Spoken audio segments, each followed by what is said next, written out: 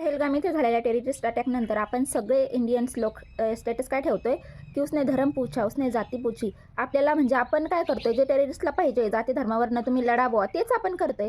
आपण दावा दिला पाहिजे की हे केलं कसं काय, एवढी कशी काय कुणाची हिंमत की तिथे जाऊन सरेआम लोकांना त्याने शूट केलं रायफलनी आणि वरून सांगितलं की बायकांना जिवंत ठेवलं, मोदीला जाऊन सांगा. म्हणजे बघा ह्यांची एवढी हिंमत कशामुळे, ह्याला कोण साथीला आहे, आपले किती मंत्री कोणी आहे का, ह्याच्यावर तुम्ही फोकस करा.